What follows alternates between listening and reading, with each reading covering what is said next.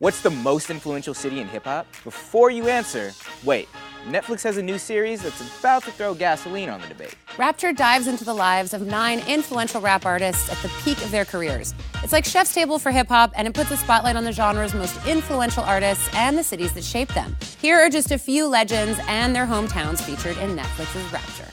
The series takes us to Queensbridge, which isn't just the birthplace of some of hip-hop's greatest artists like Roxanne Shante, Marley Marl, and Mobb Deep, but it's also an iconic venue where hip-hop culture evolved and grew into a global phenomenon. One of this project's biggest stars is Nas, and Rapture gives us an unprecedented, intimate view into the life of hip-hop mogul as we've never seen him before.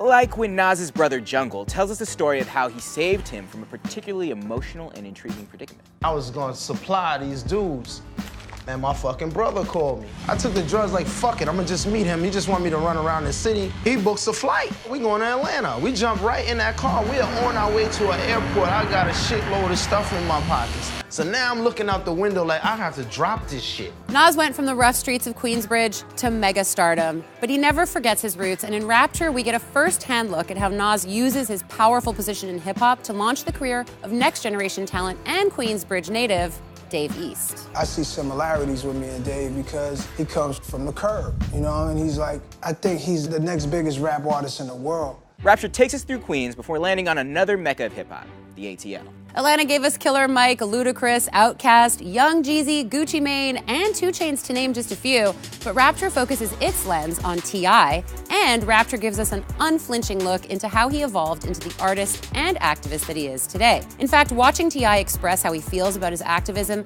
and the rights of Black youth in America are some of the most moving moments on television you'll watch all year. I'm looking for another opportunity to do better, do more. I'm speaking for the people in the community because if somebody don't speak up, our liberties and way of life will no longer exist. Regardless of if you can change anything or do anything about it or not. It's intimate clips like these that show us how Rapture takes a behind-the-scenes view into the lesser-known sides of some of our favorite hip-hop legends, like legends who hail from O-Town. Born and bred in Oakland, California, G-Eazy cites his hometown as a major source of sonic inspiration. Like Queensbridge, Oakland has long enjoyed a thriving music scene that spawned iconic acts such as Tupac, Too Short, E40, and Del the Funky Homo Sapien. Oakland may be a fundamental part of G-Eazy's roots, but his sound has taken him all over the world, and in Rapture we get to follow him along his first trip to South America for an epic, larger-than-life concert tour. Hip-hop is like transcends. Music is the universal language.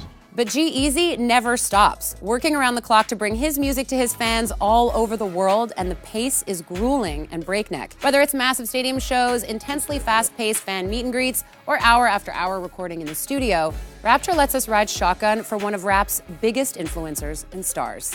These are just a few of the cities and legends explored in the new Netflix series. From New Orleans to New York to North Carolina and beyond, Rapture presents us with the locations that shape today's biggest hip-hop stars. But which city is the most influential to hip-hop? Be sure to check out Rapture, all episodes now streaming on Netflix. For Hit Fix on Uprocks, he's Steve Vasquez. And she's Miri Jetikin.